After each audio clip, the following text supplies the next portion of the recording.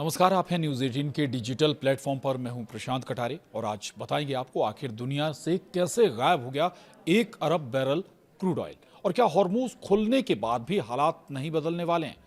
और तो अब क्या कुछ महीनों में कोई और बड़ी मुसीबत आने वाली है। पूरी डिटेल आज के इस वीडियो में। दरअसल अमेरिका और ईरान के बीच हुए ऐतिहासिक शांति समझौते के बाद हॉर्मूज जल डबरू मध्य को दोबारा खोल दिया गया है, लेकिन वैश्विक तेल बाजार के लिए शायद अब बहुत देर हो चुकी है, क्योंकि पिछले 4 महीनों में दुनिया भर के बाजारों से करीब 1.15 अरब बैरल कच्चा तेल गायब हो चुका है।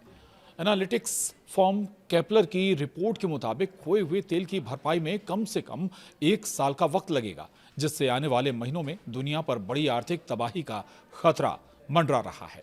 अमेरिका ईरान के बीच इस हफ्ते हुए ऐतिहासिक शांति समझौते एमओयू के बाद भले ही दुनिया ने राहत की सांस ली हो और हॉर्मूज जल डमरू मध्य को दोबारा खोल दिया गया हो, लेकिन वैश्विक तेल बाजार के लिए शायद अब वाकई देर हुई है। पिछले 4 महीनों से पश्चिम एशिया की तेल की सप्लाई पूरी तरह से ठप थी, जिसके कारण दुनिया भर के बाजारों से करीब 1.15 अरब बैरल कच्चा तेल पूरी तरह गायब हो चुका है। एनालिटिक्स फर्म केपलर की जो ताज़ा रिपोर्ट है वो बहुत बड़े खुलासे करती है। उससे उस रिपोर्ट की बात करें तो इस भयंकर कमी ने वैश्विक तेल बाजार को एक ऐसे खतरनाक मोड़ पर खड़ा कर दिया है जहां से चीज़ें कभी भी कंट्रोल से बाहर हो सकती हैं। तो क्या अमेरिकी राष्ट्रपति डोनाल्ड ट्रंप को आने वाला तेल संकट दिखाई दे गया है, ये भी सवाल है। दरअसल अमेरिका का इमरजेंसी तेल रिजर्व इस वक्त पिछले 43 सालों के सबसे निचले स्तर पर पहुंच चुका है और दुनिया भर के कॉमर्शियल गोदाम खाली होने की कगार पर हैं। कच्चे तेल की इस किल्लत ने महाशक्तियों के माथे पर चिंता की लकीरें खींच दी हैं। G7 शिखर सम्मेलन के दौरान अमेरिकी राष्ट्रपति डोनाल्ड ट्रंप ने बताया है कि तेल का ये संकट असल में कितना भयानक है। राष्ट्रपति डोनाल्ड ट्रंप ने चेतावनी देते हुए कहा था कि अगर आप असली तबाही और अफरा तफरी देखना चाहते हैं तो बस थोड़ा इंतजार करिए। हमारे पास मौजूद इमरजेंसी तेल रिजर्व अब मुश्किल से अगले 4 हफ्तों में पूरी तरह खत्म होने वाला है।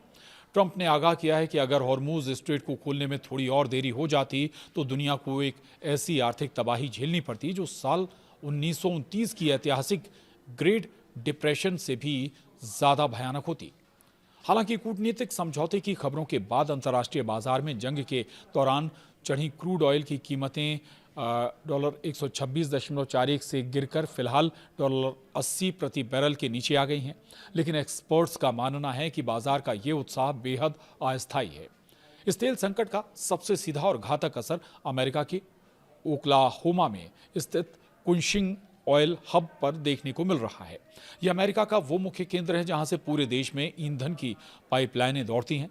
मौजूदा समय में कुशिंग अपने ऑपरेशनल स्ट्रेस लेवल यानी उस नाजुक स्तर पर पहुंच चुका है जहां से आगे तेल की सप्लाई कर पाना तकनीकी रूप से नामुमकिन होने लगता है। आसान शब्दों में कहें तो ये ठीक वैसा ही है जैसे जब कॉफ़ी की केतली या बर्तन में कॉफ़ी नल की टोंटी से नीचे चली जाती है तो आखिरी बूंदें निकालने के लिए आपको पूरे बर्तन को टेढ़ा करना पड़ता है। तेल के विशाल टैंकों के तलवे में जो कुछ भी बचता है वो ज़्यादातर इस्तेमाल ना होने वाला गाढ़ा कचरा होता है। जब तेल का स्तर इतना नीचे गिर जाता है तो पाइपलाइनों में ज़रूरी प्रेशर बनाए रखना बेहद मुश्किल हो जाता है, जिससे ग्राहकों तक ईंधन पहुंचाना एक बड़ी चुनौती बन गया है। वहीं हॉर्मूज भले खुल गया हो, लेकिन तुरंत तेल की आपूर्ति सामान्य बिल्कुल भी नहीं होने वाली है। तो दुनिया भर के निवेशक और आम जनता ये मानकर खुश हो रहे हैं कि हॉर्मूज का रास्ता साफ होते ही तेल का संकट कल से ही खत्म हो जाएगा। लेकिन आरबीसी कैपिटल मार्केट्स की commodity strategy head Halima Croft ने इस उत्साह के भ्रम को तोड़ते हुए एक कड़वी हकीकत सामने रखी है। हलीमा क्रॉफ्ट का कहना है कि बाजार जमीनी हकीकत से 7 कदम आगे चल रहा है। हर कोई जश्न मना रहा है कि संकट खत्म हो गया, लेकिन सच ये है कि पुरानी रफ्तार वापस लौटने के लिए एक बहुत बड़ी लॉजिस्टिक्स और सप्लाई चेन की चुनौती हमारे सामने खड़ी है। पाइपलाइनों और पेट्रोल पंपों तक दोबारा तेल पहुंचने में महीनों का समय क्यों लगेगा? इसके पीछे कई बड़ी वजहें हैं। इन्हें भी आप समझिए।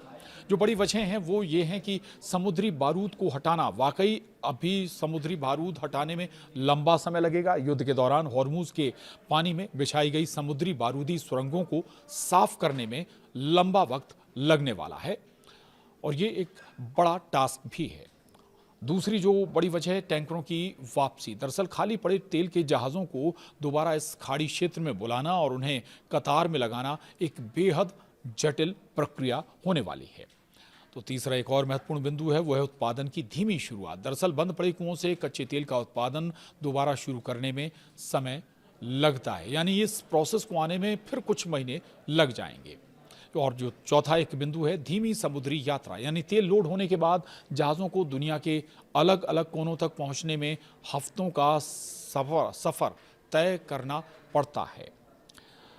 वहीं केपलर के एक्सपर्ट मैट स्मिथ का मानना है कि समझौते ने दुनिया को उम्मीदें दी हैं, जिसकी वजह से फिलहाल कीमतों को दबा रखा है, लेकिन अमेरिकी उपभोक्ताओं को इस आने वाले कुछ महीनों में ईंधन के लिए ज्यादा कीमत चुकाने के लिए तैयार रहना चाहिए। वहीं अंतर्राष्ट्रीय ऊर्जा एजेंसी IEA के आंकड़ों के हिसाब से अगर दुनिया अपनी ज़रूरत से रोज़ाना 50 लाख बैरल ज़्यादा तेल का उत्पादन करने भी लग जाए तो भी जंग के दौरान खोए हुए 1.15 अरब बैरल तेल की भरपाई करने में कम से कम एक पूरा साल लग जाएगा। साफ है कि जब तक फिजिकल बैरल यानी असल तेल के डिब्बे रिफाइनरियों तक नहीं पहुंचते, तब तक कागजी समझौतों से दुनिया का ऊर्जा संकट पूरी तरह हल नहीं होने वाला। यानी अभी संकट खत्म नहीं हुआ, भले ही हॉर्मूज जल डमरू मध्य खुल गया हो, लेकिन अब जो तेल की आपूर्ति, कच्चे तेल की या क्रूड ऑयल की जो आपूर्ति है, वो इतनी जल्दी सामान्य या बहाल होने वाली नहीं है। जो रिजर्व खाली हो चुके हैं उन्हें भरने में समय लगेगा। अर्थव्यवस्था पर पहले से ही इसका असर पड़ रहा है और ये असर अभी कुछ और महीनों तक जारी रह सकता है। हालांकि अगर वाकई ये समझौता जो डील अमेरिका और ईरान के बीच हुई है, जल डमरू मध्य आगे भी खुला रहता है, तो फिर आशा जरूर की जा सकती है कि धीरे धीरे हालात सामान्य होने लगेंगे। बहरहाल इस खबर से जुड़ी और अपडेट्स के लिए आप बने रहिए न्यूज़ 18 के डिजिटल प्लेटफॉर्म।